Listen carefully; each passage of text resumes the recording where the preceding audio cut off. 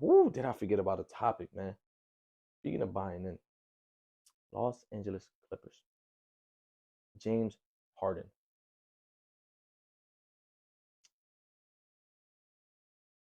Shout out people to plug. Somebody who I look up to in the sports media. Um, but he's brought up this less is more theory in the NBA. Sometimes when you take out such a big personality and you have your Paul Georges and you have your Russell Westbrooks and you have your Kawhi Leonards and you have your James Harden, superstars don't know how to be role players. Once you get to a certain echelon, that is what you're accustomed to. That is your play style. And the only thing that can get worse is your ability. But that is how you're going to play. I don't buy the buy-in thing too much. Because there's not many people I've seen that once they got into a situation, they bought in.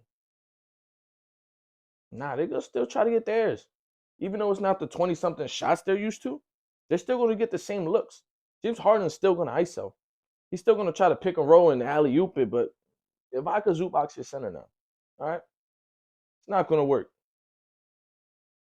But one person I do feel bad for within this trade, within this, is Paul George, man.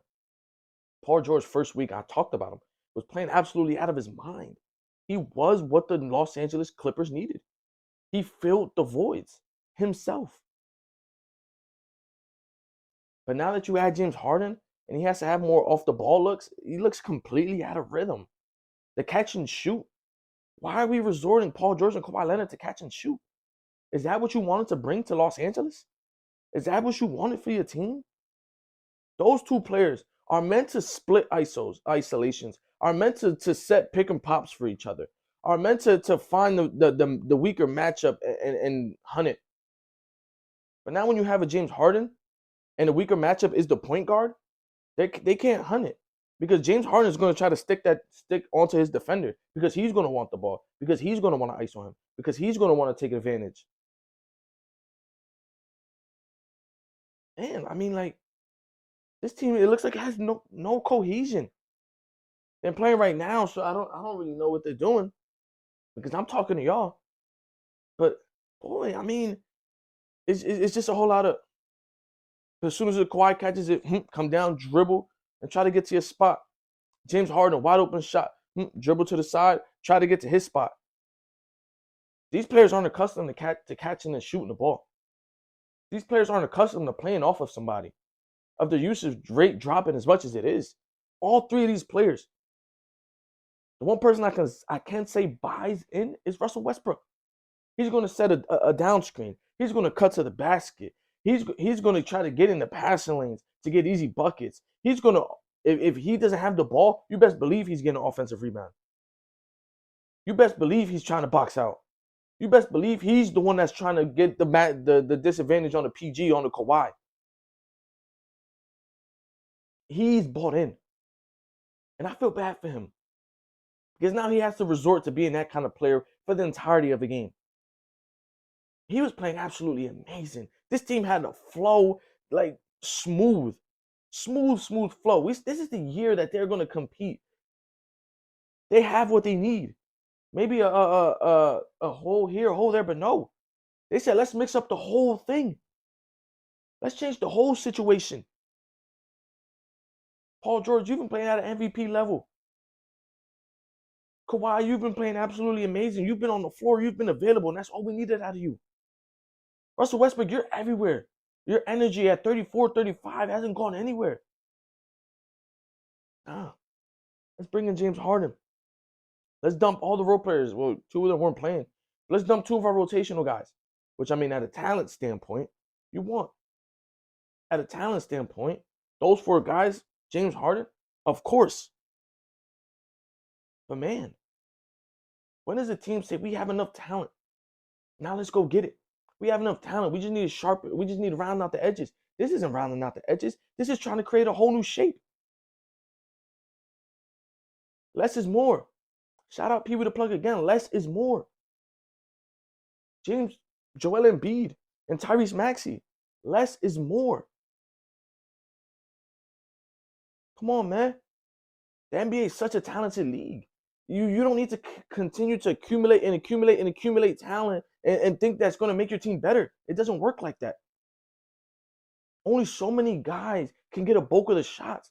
Once you add these many dynamics, these many personalities into a single situation, it begins to confuse. It begins to get a little weird, a little awkward. People don't know their roles, their spots, because these guys are so used to being the first, second option at the least. But on some nights, they're the fourth if Russell Westbrook is going. The chemistry isn't there. There's no cohesion. Look at what Tyrese Maxey and Joel Embiid are doing right now. Sometimes you just need two guys who are going to get theirs. Two guys are going to get theirs. You see Tobias Harris, it's not like he's isoing. He's catching and shooting. If a pick and roll doesn't work and they shut that down, he's the third option. He's the bailout. I mean, we've seen throughout the history of this game, domination has come in pairs. And there's been a third guy that's been able to complement. It's the trios. It hasn't worked much. I get it.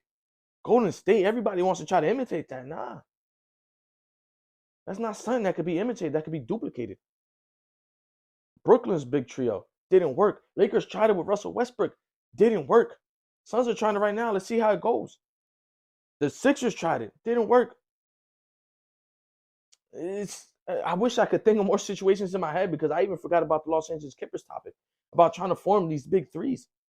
They don't work. Kyrie with the Celtics didn't work. That accumulation of talent.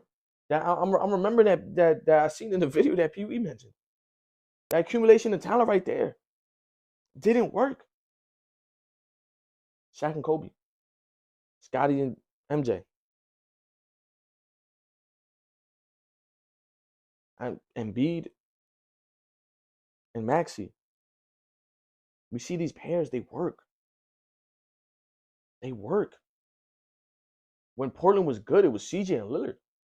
Usually it's a big and a small or wing or two wings, but now you have all these ball dominant guys together. And it doesn't look good. And I know a lot of people are gonna say they're gonna figure it out. Look at that roster. It doesn't always work that way. This isn't 2K. Like this is a team game. And every team needs certain guys to play certain roles. You have your guys, but you can have 5 guys on a team. You ever seen an All-Star game? And I know that's maybe not a good example. Grab an ISO, boom, boom, boom, boom, boom, boom, boom, ISO, boom. Pass the next guy, he's ISO, boom, boom, boom. That's what it looks like when you add so much talent onto a team. And that's what it's been. I mean, my goodness. I hope they could figure it out. Because that team looked exciting. I was telling my friend, they're just missing a center. I get it, Zubac, Miles Plumlee is what you were thought it was sufficient. But I don't know. To me, they weren't it. You don't need, I mean, the Lakers had Dwight Howard. But one thing Dwight Howard did, he blocked shots and he got up. They don't have anybody that can